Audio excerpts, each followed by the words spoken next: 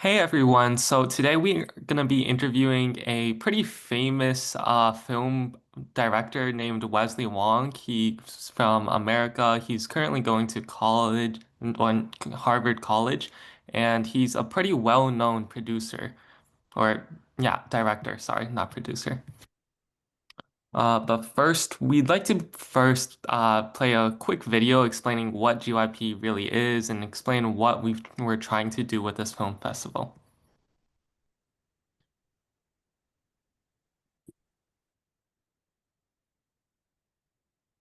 Our Global Youth Philanthropy, or GYP for short, we are an international student-led initiative that aims to empower young fellow to engage in humanitarianism and philanthropy.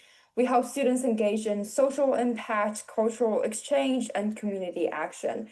And in the past 2 years, we've participated in the Humanitarian Networks and Partnership Week in Geneva, in Switzerland, which is hosted by the United Nations. And during our time there, we've seen how powerful storytelling can be in the first perspective. And that's what inspired this festival to begin. So, the goal of our GYP Youth Humanitarian Film Festival is pretty simple, but it's very meaningful. We want to build a platform for young people to express, to discuss, and to learn about humanitarian issues, and also to use film as a bridge to connect empathy and action, and to raise awareness about the humanitarian challenges that we face together as a globe in the world today through the perspective of youth. So for our first year, we've received about 50 short films through Film Freeway and direct submissions. And these films come from across the world, including the United States, China, Brazil, Sri Lanka, Ukraine, Iran, Malaysia, United Kingdom, Italy, and Chile, which showcases an incredible diversity of voices and perspectives. Thank you so much for everyone who submitted to our film festival. And the submissions we received covered a wide range of topics, from poverty to mental health to education, war and peace, and endangered cultures, and so on. So tonight is the start of an entire week of events to celebrate these young voices, these talented filmmakers. And here's what's coming up for us. So tomorrow, Sunday, November 2nd, at 2 p.m. EST Eastern Time, we'll be celebrating African Cultures Day, featuring Ms. Ekwa Masanji, who is the director, writer, and producer with the African Film Festival. And we'll also be hearing from Mr. George, who is a longtime partner with us, Global Youth Philanthropy, who is also the founder and executive director of Education and Crisis, a renowned NGO based in Tanzania, dedicated to advancing inclusive education across East Africa. And everyone's welcome to join using the same Zoom link that we are using today. And on November 3rd, Monday, our student leader David will be hosting an interview with filmmaker Wesley Wang, who is a Harvard student and a 2023 Best Overall winner at the American High School Film Festival. And during that interview, he will share with everyone his experience creating his film Nothing Except Everything, which he created during his senior year. And he will talk about the journey from high school filmmaking to rising professional. And from November 4th to 6th, we will be hosting a series of award-winning film screening. And all of these screening links can be requested by emailing info@globalyouthphilanthropy.org. And surely I'll also share this email in the chat. And finally, in the upcoming week, we'll be hosting Zoom interviews with this year's winners. So please stay in tune on our website and newsletters. And tonight, we also want to take a moment to thank the many, many people and institutions who made this event possible and this festival possible. And to share those special appreciations and to introduce our award guests, please welcome my co-chair, Mo Wang. All right, hello everyone. Again, thank you so much for participating in this meeting and event today. My name is Mullen and I am the co-host for this meeting and I am also a GYP board member. So I will be giving a special appreciations to our honorable guests that will be joining us today. And I will be sharing my screen. Just one moment. Okay. There. I wonder if everyone can see my screen. Yes. Yes. Yes, just one moment, please. I'll take this here. Wait, this is not working. Okay. Okay. So as for our honorable guest today, as of beforehand, I would like to state the fact that we have such a large diversity here joining our meeting today. So if I ever pronounce your name wrong, I deeply apologize, and you're fully free to correct me every time I pronounce it wrong or any word that you want. Okay. And for our honorable award announcing guest, we have Nicholas Natocchio, who is Associate Program Director of Film and Television from Drexel University and College of Media Arts and Design. Welcome. And our second honorable award announcing guest, Mr. Lone Chu from the University of Hong Kong. I'll also like to give a special appreciation to the 13 college students from Drexel University for helping as film judges. Okay, welcome everyone for joining the meeting today. And as an introduction of our award, after more than a month of evaluations, the 2025 GYP Youth Humanitarian Film Festival selected a total of the following awards. So how we structure the awards is that we have different age groups and levels. As for age groups, we have the special group, the junior division, and the senior division. As for levels, we have both silver and gold, and ultimately our grand prize winner. So we have selected two GYP Filmmaker Special Awards produced by students younger than 13 under the guidance of parents or mentors. We have also selected one GYP Rising Filmmaker Award Silver level from filmmakers aged 13 to 18, which are the junior division. Three GYP Emerging Filmmaker Award from the silver level from filmmakers aged 19 to 25 of the senior division. We have three GYP Rising Filmmaker Award, gold from filmmakers aged 13 to 18 of the junior division, and four GYP Emerging Filmmaker Award golds from those who are aged 19 to 25 of the senior division. And finally, we have our one GYP Jury Grand Prize, the festival's top honor chosen from all injuries. So before I go on to my actual announcements, I would like to ask anyone, the filmmaker. All right. That was our day one, and then we'll post that probably to our YouTube later if you wanted to go watch it. But today we'll be interviewing Wesley Wang. Wesley, thank you so much for joining us tonight. Of course, thank you, David, for inviting me. Great. So let's start at the beginning. Can you tell us about the moment you decided to make nothing except everything? What was the spark that really made you think I need to tell this story? Yeah, it was kind of like my senior year of high school, so maybe similar to a lot of you guys, and I was kind of experiencing all these typical kind of coming of age thoughts and emotions, and kind of feeling like I'm about to graduate, the world's ahead of me, and yet like I have so much that I've experienced in my past that I wanted to share, and so it was a lot of nostalgia and also kind of looking back and being like, what's the point of all of this?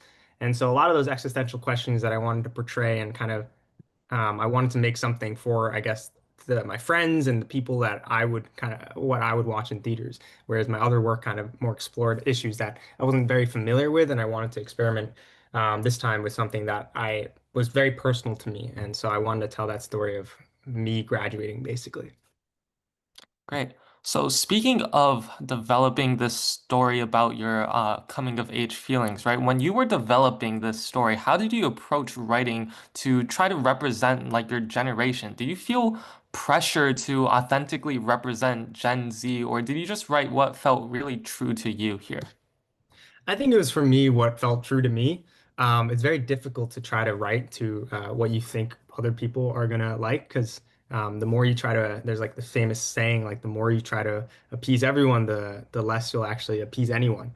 And so you want to actually just write something that's true to you and kind of see if that resonates with people because I've always believed what's most personal is probably the most true, at least to you, and hopefully other people will find that true. And all you need is kind of a small community of people that are very passionate about your film.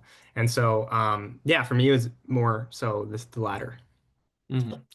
So I read that you funded the film by teaching chess lessons and had to cold email hundreds of producers. That sounds like really daunting for a senior year high school student. Can you walk us through how the process was really like? Yeah, so after I came up with this idea, like it was around December 2021. And so I just got into Harvard and I was a senior and I had so much time on my hands and I was kind of like, okay, how do I actually get this started? And I'd been teaching chess since I was around, honestly, 11, but really started teaching chess maybe when I was 13, 14. I played a lot of chess when I was younger, so I was quite competitive and I stopped playing, but I still wanted to teach to in order to basically fund all my short films. And so that was a part of it. Indiegogo, I raised a campaign with friends and family. That was a part of it as well, where I just posted it on my Instagram bio and had people donate. And so that was another part of it. And the other part, which you mentioned, was like, yeah, cold emails, like similar to how you emailed me. Like it was very much kind of you have to really put yourself out there and really try to make sure that your vision gets heard. And so if you cold email like 200 people, I thought the worst that can happen was just no one responds, and then you wasted like whatever 5 hours of your time. But for me, it was so yeah, I thought that that's kind of the only way you can really get there without knowing people or kind of. So yeah, this one guy, Scott, he believed in my vision. He saw the script, he read the script, and he saw my previous work. And so that's how we started working together. And he really mentored me through that process of making Nothing Except Everything. Yeah, absolutely. You've made several films now, right? Nothing Except Everything, and You're Seen. How has your writing process evolved since then? Do you have a specific method for developing your stories now that you didn't really use before? Yeah, that's a good question. I don't know if I think my process has kind of always started with the inspiration. So whatever I feel like, whether it's an article or whether it's a story my friend told me or a personal experience I've had, I always try to start there and kind of what sparks the inspiration and then start to get it down on page of like how it could work into a story, characters and story beats and stuff like that. And so I usually outline it after that and then write the script. And so I don't think it's very changed that much. I think I've just learned little details, but the overall arching process is always starts with inspiration, outline, then write it to the page. Hmm. All right. Moving on to the success of the film. When Nothing Except Everything, which has around 9 million views on YouTube now, started going viral and hit that many views, what was the experience like? Did you have any idea that it was gonna take off like that? No, I really had no idea. So it was kind of like a pleasant surprise. I kind of posted it on there as a thing of like, I just submitted to a bunch of film festivals, which is what a lot of people do on Film Freeway, which you mentioned as well. And it did okay, but it didn't like get me much out of it. So it was kind of what everyone tells you, you go through the festival route. But then I just posted on YouTube because it was like a place for it to live, like just like after you finish the festival route, and then people all of a sudden just started loving it, and then the algorithm picked it up and just started sharing it around. And so, yeah, it was a very surreal experience. It obviously got me a lot of the opportunities I have today. And so, yeah, it was a very, but I didn't expect it at all. Yeah. Hmm. Now, Sony TriStar, I think his name is, owns the rights, and Darren Aronofsky is producing the feature adaptation. As someone who was just in high school like 2 years ago, how surreal does that feel? Yeah, it's very surreal. Sony TriStar, yeah, they're a studio actually, and so they're a movie studio, and they bought the rights to the short, and they're one of the major studios, and so it was obviously very surreal for that offer to come in. And yeah, Darren Aronofsky was one of my favorite filmmakers growing up. Even Pi was an inspiration behind Nothing Except Everything, and so yeah, it was definitely a very cool experience. Hmm. Let's talk about the actual filmmaking a little bit. What was your approach to cinematography and visual storytelling in Nothing Except Everything? How did you achieve that hallucinogenic fever dream kind of specific look and feel? Yeah, it was a combination of a lot of things. I'd say like the multimedia aspect of it helped, where you kind of have like camcorder footage, you have Super 8 footage ingrained into it. The way the film is also structured is also probably contributes to that feel where it doesn't have a straight narrative line or a story. It kind of feels like fragments of this guy's memory and his kind of personal experiences that are like um, uh, put in throughout time in this film. And so, yeah, it was definitely like an intentional kind of thing to make it feel, as you said, like hallucinogenic and feel like we're inside his brain. And that's always different than writing like a story from a more omniscient, objective point of view. Yeah. So when you finally got Scott Aharoni to produce, how did that change the production process compared to some of your films you've made before? What did having this experienced producer really bring to the table for you? Yeah, he was definitely like mostly helpful in kind of, well, the two things, kind of teaching me how to actually make it. For example, like how to reach out to locations, how to use, how to kind of formalize an offer to actors, how to get SAG-AFTRA permission, or like basically deal with SAG rules and stuff like that. So he was very helpful in all those aspects, but also very helpful in kind of legitimizing the project. Because before that, like I was kind of a no name reaching out to crew and actors. And so he had at least had more work that was more prominent and featured than mine. And so he definitely helped in that aspect. When he reached out to people, they would more so trust me and my vision because he trusted me. Hmm. You wore multiple hats, writer, director, and then I assume you were involved somewhat in post-production. How did you manage those different creative roles, and when do you have any advice for people on when you should know to step back from one aspect to focus on another? Yeah, so it's like, I mean, I think directing and writing is so it's kind of, I'd say post-production and directing and writing all occur at different stages, and so it's not entirely that difficult to like do both. For example, like acting and directing would be much harder because you're doing both on set. But for me, like it's more natural. A lot of writers, I mean, directors do this where they write the script and then direct the film, which is like separate, happens at separate times, and then they do post-production. And so it's all kind of linear, and so it doesn't interfere that much. And honestly, it helps when you have the kind of vision from start to finish that you can control.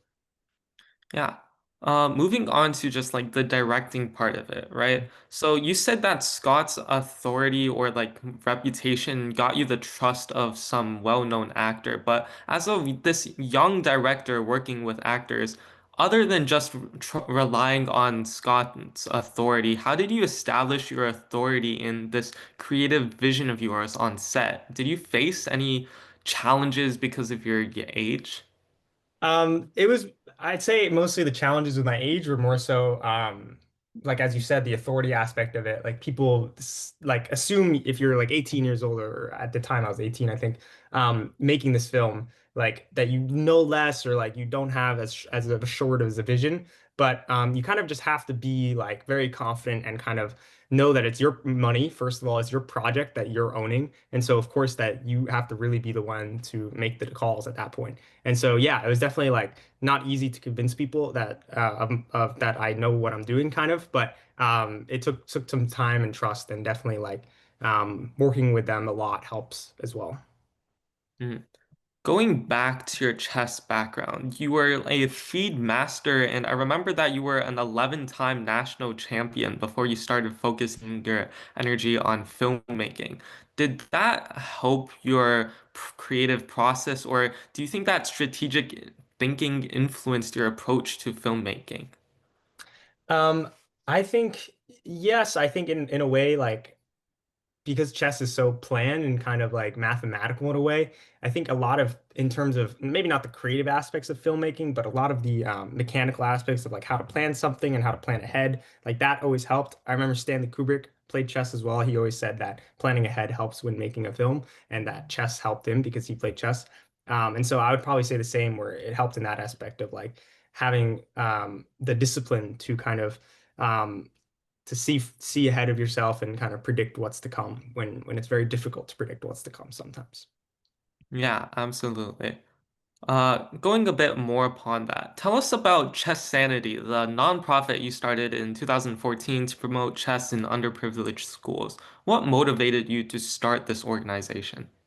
Yeah, I'd been playing chess a ton at that point already, and so I wanted to start teaching chess. That's already kind of when I started teaching chess, and I noticed that at a lot of these schools, and in Long Island that there weren't kids with the same opportunities to play chess. And I've always been interested in this kind of concept of like um, kind of this inequalities of basically people that are just not as fortunate as me. For example, like maybe they could have become grandmasters or world champions if they had the same resources. So it was very easy for me and my brother, honestly, who co-founded it with me and played chess a lot too, where we kind of had these resources of like tons of chess sets that we get from donations from people, from money that people donated to our organization, and then that would basically be funneled into donating chess sets to these schools. So we'd show up at their board meetings and basically just gift them like 12 chess sets and some books and some resources to help them get their chess club started. Mm. Is that nonprofit still going on today, or has it really shut down? It's still going on. Yeah, I don't run it anymore. Some kids from my high school now run it mostly. And they're very, very helpful in kind of like continuing the legacy. And yeah, so I've definitely taken more of like a board member sighting role. But yeah, it's still running. We're still doing tournaments. We're on our like 12th year, so it's pretty cool. Yeah. Yeah, really cool. Um, so going back to your creative process and like the lessons you've learned so far. So at the start of your filmmaking career, you probably didn't really have that big of a budget and all those actors you had for nothing except everything, right? So for young filmmakers watching this tonight who don't really have these industry connections that you have now or big budgets, what's your advice? How do you make something happen when you're starting from a budget with $0 in it? Yeah, you kind of have to, first of all, raise it on your own by yourself because no one's really going to give, if you're starting from ground zero, for example, I would recommend, I started my first short films costed $5, $10, like a policeman cap for a prop and stuff like that. And so I'd start with very small stuff that you can shoot on your iPhone on like a very small DSLR camera and then kind of work up from there. Because then you can show those films to people. For example, film schools will give you resources as well, and so that helps get a little bit of a budget. But then other than that, like you have to really just be a grinder yourself and kind of make sure that you reach out to people, find every opportunity you can, whether it's your friends know somebody or your school has connections to a professor, whatever it is. Like you have to reach out to people, show them your work, and ask them to help um, on your film, or either you help them, and it's kind of like a symbiotic relationship. Sometimes that happens where I've asked so many people to like just like be on their set to shadow them, to give them coffee or whatever, just to be on their set and like gain a relationship. And so you have to really be smart in the way you kind of um, build relationships with people in the industry because that's very important to like making your films.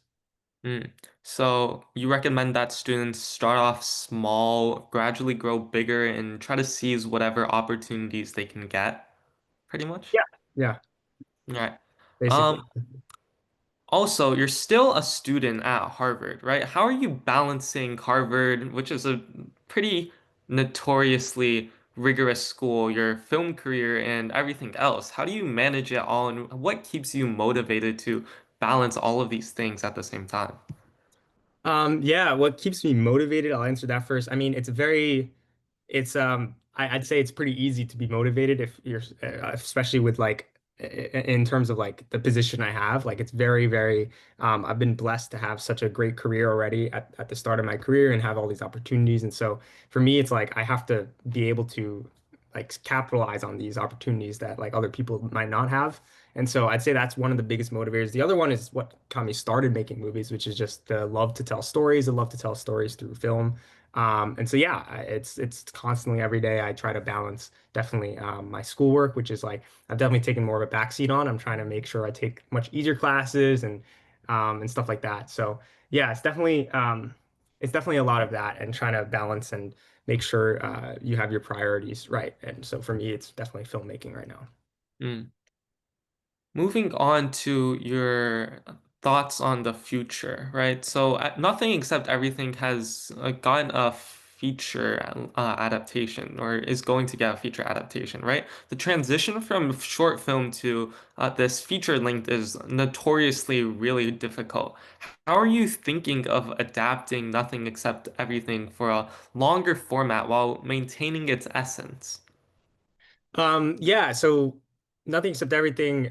It's like that one. So I've taken a little bit of a backseat on that one. I'm working on a different feature film right now, but that one, we worked on it for a ton and tried to figure out ways to make the feature feel still thematically and stylistically like the short, but expand the narrative so that it's more than just some kid who's going through his memories, because that's not, unfortunately, what a feature film can be made at a high budget in the studio system. And so, yeah, it was a lot of kind of figuring out how to maintain the style and the themes, which I think was what most people resonated with, but change the story into more of like a sci-fi thriller aspect to it, which was really interesting challenge. Hmm. You were named to Forbes 30 under 30 in 2024. How did that feel? Yeah, it was cool. I mean, it made my dad very proud because he was like he loved the Forbes 30 under 30 to be able to say his son got there. But I'd say other than that, no, it's cool to be up there and like be able to like meet some people that were also on the list. But for me, it was kind of just, I guess, a little bit of validation, but mostly it wasn't as important as a lot of the things that I other things that I got from the film. Very inspirational. So, looking ahead, what are your goals for your filmmaking career? Um, Yeah, I'd say like broadly, it's to make just keep making stuff at a higher and higher level, and keep improving and keep growing and learning and making interesting stuff that stands out. And definitely is, I think the industry is moving not in a direction that I think that, or it is maybe moving in a direction that I want it to move, but it's kind of interesting to also, I want to be at the forefront of change at the industry because we're at the precipice, I think, of a really interesting shift in the entertainment industry. So I want to be a part of that and hopefully also, yeah, continue making stuff, creating. And yeah. Mm, Great. So we know a lot about your personal thoughts on what you want to do in the future. Moving back really quickly to just the process again of making nothing except everything. So let's talk about editing for a little bit. How long did post-production take on that? And what was your editing philosophy? Post-production as a whole with editing, music, sound, and color and all the in-between the effects as well. That took maybe we wrapped in like July 10th, and then yeah, it was like September, and so around 3 months, 2.5 months maybe, we finished post-production as a whole, which is like pretty standard for a short film.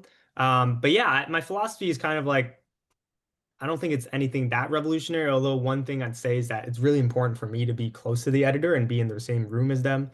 So that was a big thing for Nothing Except Everything because the editing style was so specific that I needed to make sure that I was basically with John, who was my editor, in his basement, just editing like 12 hours a day for like many weeks straight to make sure we get the picture lock we wanted in time and also just every single detail aligned to how I envisioned it when I started making it. So yeah, that's the one thing I'd say is was important to me for that process.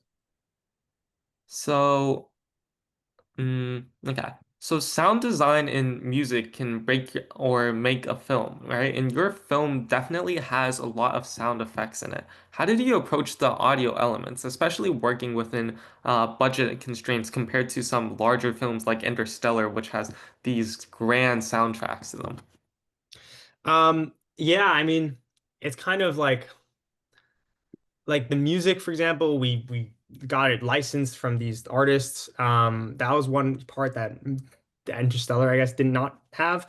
So that was one of the parts, and then sound design was kind of we had a sound design artist, but yeah, I mean, it was all pretty important to like making the movie. It was a very visually also, but also sound design was very important because we had a lot of like these voiceovers and also yeah, those student interviews, for example, at the end were like really important to making the film or that ending. And then also, yeah, the music was also really important. Those four songs that we had spliced out throughout the film. And so, yeah, it was definitely an important aspect. Hmm. Um, Were there any problems that happened on set or any improvisations or pivots you had to make halfway throughout the film, or at times where you felt like things were failing or falling down? Yes, I guess like there was definitely some days where we like for example the college dorm scene, which is a very small thing where it's basically him leaving at the end, where like the camera like pulls out of his dorm.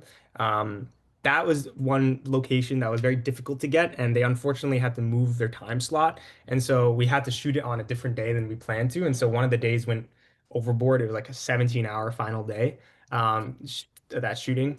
So yeah, that was definitely difficult where I felt like we wouldn't get that shot, and that shot was very important to me. Because it kind of like went full circle, and now we know he's at another school and he's met his roommate and whatever. And so that was pretty important. And that at that moment when I heard the news that my Scott told me the um they couldn't do that day for some reason, like the Hofstra was the university we used. And so yeah, that was pretty heart-wrenching, and we had to figure out ways around that were creative. Yeah. Um, so moving on to like how you learned and your inspiration really for filmmaking. How did you actually learn filmmaking? Was it like YouTube tutorials, film school courses, or just like experimentation? It was mostly the latter, experimentation. I'd say like film school, I definitely had some like film, like I went to New York Film Academy, for example, which was very fortunate to get into, and also the USC like screenwriting program. And so there was some formal stuff, but most of it was still like making my own stuff and YouTube tutorials and stuff like that, which I think is definitely crucial to becoming a good filmmaker. What's one technical skill that you think you wish that you would have developed earlier in your filmmaking journey? Um,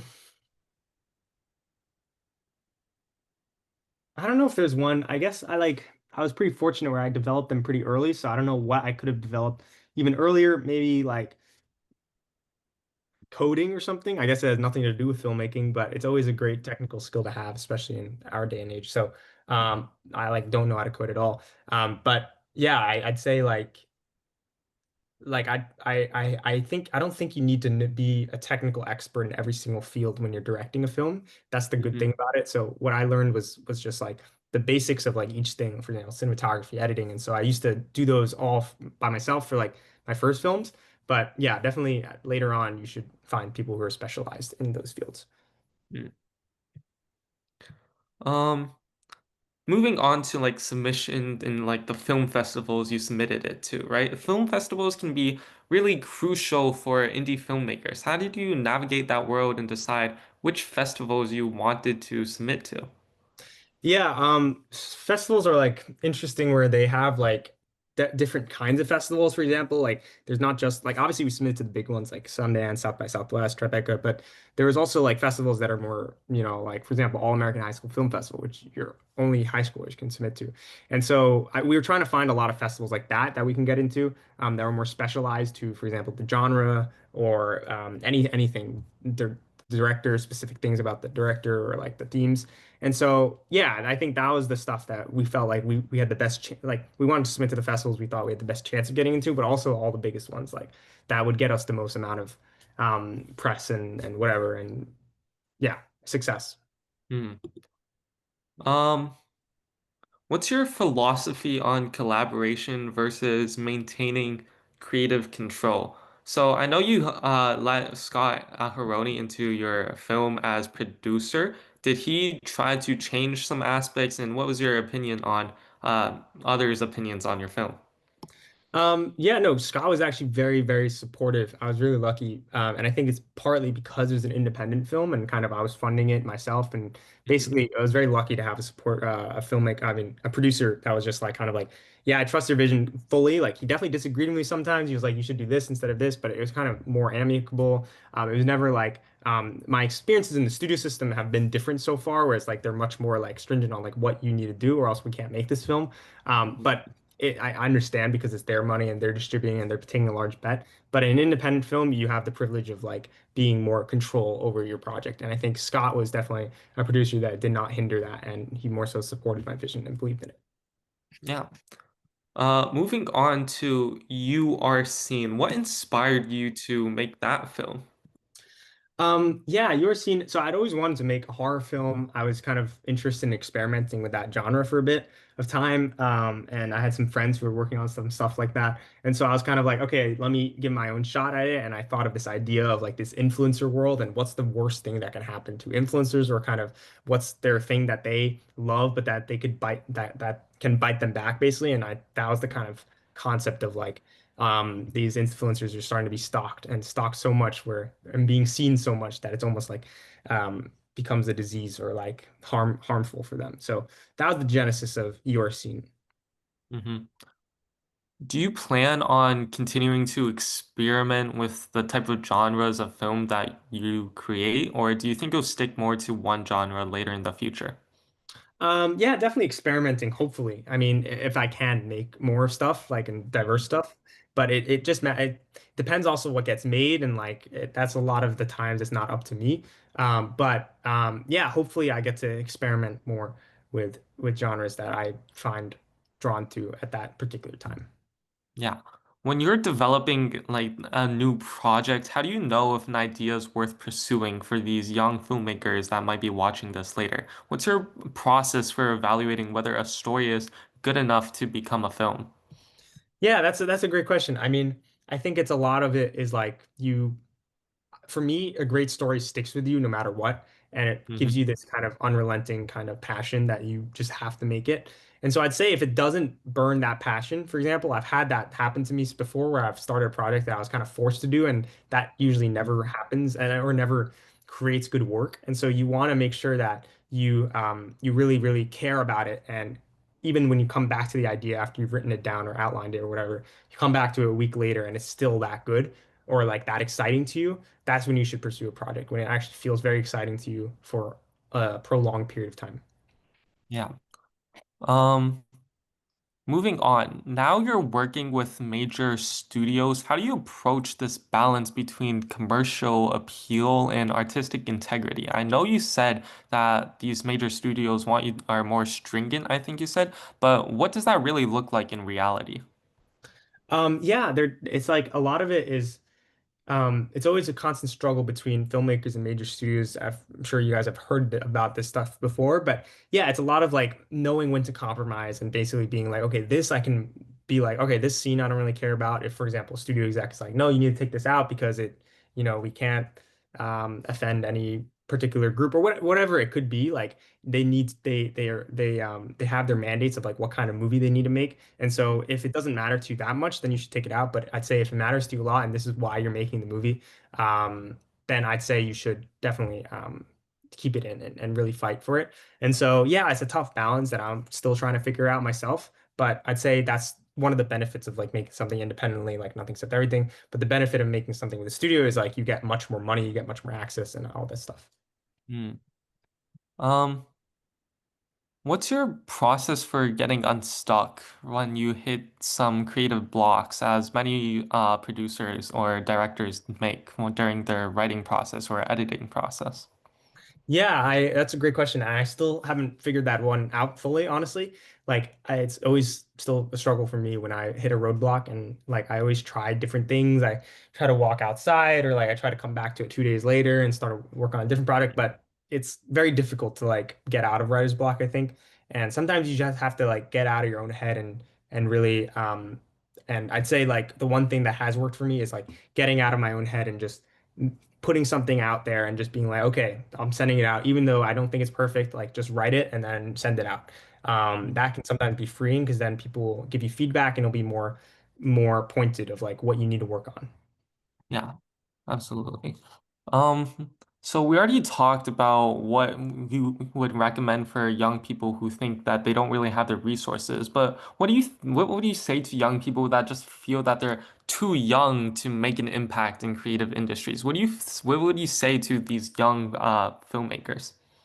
Yeah, man. I mean, I think like luckily it's we've been getting or young people have been getting more like opportunities and respect in like creative fields, I'd say, in the last decade.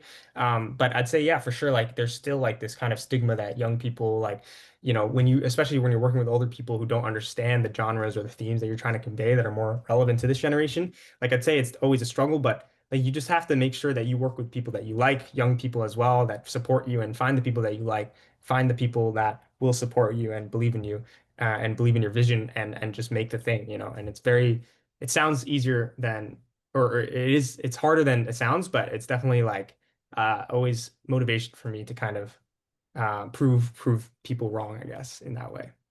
Yeah.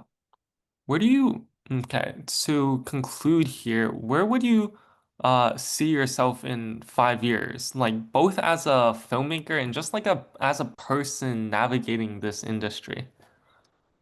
Um, yeah, in 5 years, hopefully I'm still making movies. Hopefully still making good movies and yeah, and just working on interesting projects, whether it be in film or like other stuff, and kind of developing my own sense of style and a brand that's like people know when a Wesley Wang project is coming out. Hopefully, I have that level of influence as well.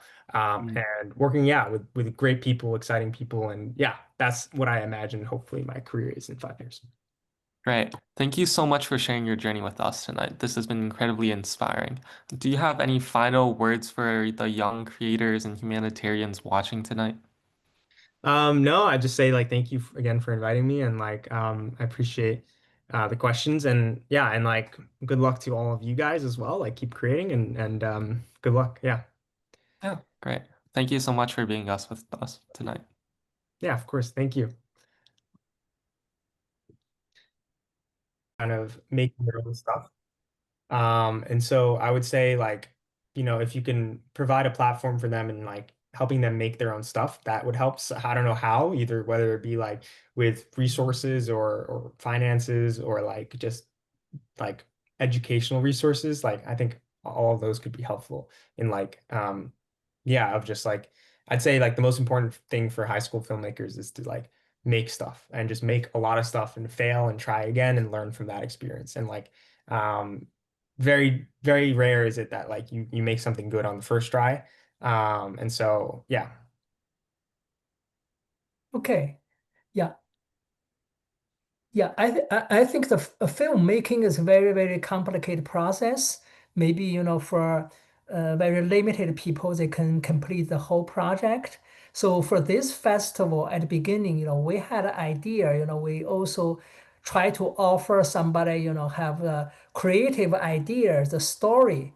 And, we're thinking about even somebody they do not have the resources to complete the whole project, as long as they have very good story will be uh, should be give the reward to even the story. Yeah, do you think this is feasible idea? Like we're thinking about it for our festival for next year. We're kind of go along with this idea. Do you think this is Yeah, I think it's a great idea. It definitely does what I was saying of like supports people who don't have the resources but may need it to make stuff. And so I know a lot of filmmakers, or not filmmakers, like people who are working on stuff that you're working on, like whether it be a festival or kind of, for example, Creator Camp is a great you can search it up. They're called Creator Camp. There's some great good friends of mine that they started basically a film festival that like you have to apply to get into the film festival, and your work will be showcased in theaters and whatever. And so, but in order to get in and like be awarded $50,000, I think it was, like you guys don't have to offer that much. Like if you're working at a much smaller scale, it doesn't matter. Like $1,000, just like offer that to like the first place prize or like three people or whatever it is. Um, and have that be the prize, and hopefully high school filmmakers will submit their stories, and you could choose the best story or your favorite story out of those whatever like 50 submissions you get, and give them the resources they need to make a film. okay? Very, very interesting. Thank you very much. Yeah, of course. Yeah, good luck with everything. If you always have more questions, please let me know. I'm always have my email, and so but thank you again for inviting me. Thank you. Really appreciate your time. Thank you. Of course, of David. course. Take care. Have a good night. Thank you. David, do you have anything to say? Um, no, not really. Thank you for being so much with us. Thank you so much for being with us tonight. Yeah, of course. Thank you guys. Okay, thanks. Bye bye. Bye.